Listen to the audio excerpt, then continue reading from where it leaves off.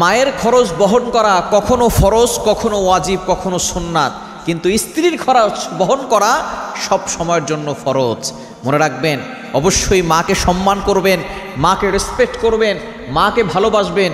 মা হচ্ছে শ্রদ্ধার জায়গা, তাকে সব সময় মাথার উপরে রাখবেন। মায়ের সাথে কখনো খারাপ ব্যবহার করবেন না।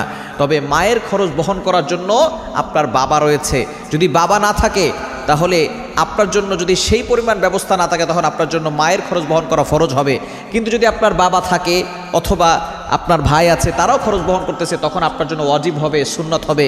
কিন্তু স্ত্রীর খরচ বহন করা সব সময়ের জন্য ফরজ, কেননা স্ত্রীর হক আল্লাহ তাআলা আপনার উপরে দিয়েছেন, আপনাকে আল্লাহ দায়িত্ব দিয়েছেন, সব সময় স্ত্রীর খরচ বহন করতে হবে। কিন্তু অনেক সময় সংসারে অশান্তির সৃষ্টি করে, মা ছেলের বউকে দেখতে পারে না, ছেলের বউ শাশুড়িকে দেখতে পারে না। এজন্য খবরদার, অবশ্যই আমাদেরকে এই বিষয়ে চিন্তা ভাবনা করে তারপরে সামনে অগ্রসর হতে হবে।